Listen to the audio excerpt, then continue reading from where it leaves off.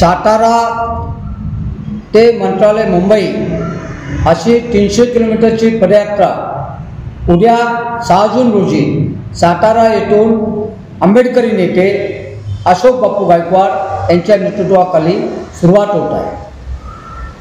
15 दिवस चालणाऱ्या या पदयात्रेदरम्यान बुद्धगया येथील महाबोधी बुद्ध विहार हे बौद्धांच्या ताब्यामध्ये देण्यात यावे।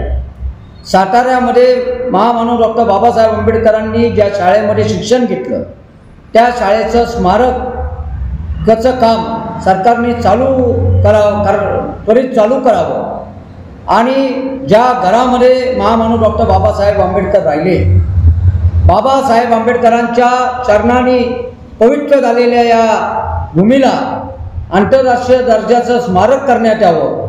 आणि काही दिवसापूर्वी धर्म विचारून भारतीय नागरिकांना ची हत्या करण्याच्या निषेधार्थ भारत सरकारने आतंकवाद्यांच्या विरोधामध्ये पाकिस्तानाच्या विरोधामध्ये युद्ध पुकारलं होतं।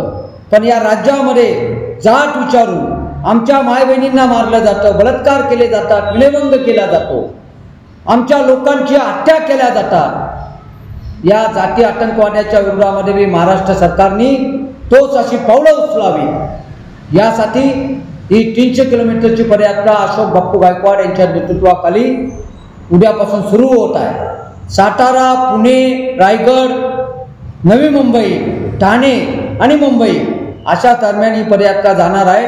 या पदयात्रेच्या मार्गावर राहणाऱ्या आंबेडकरी जनतेनं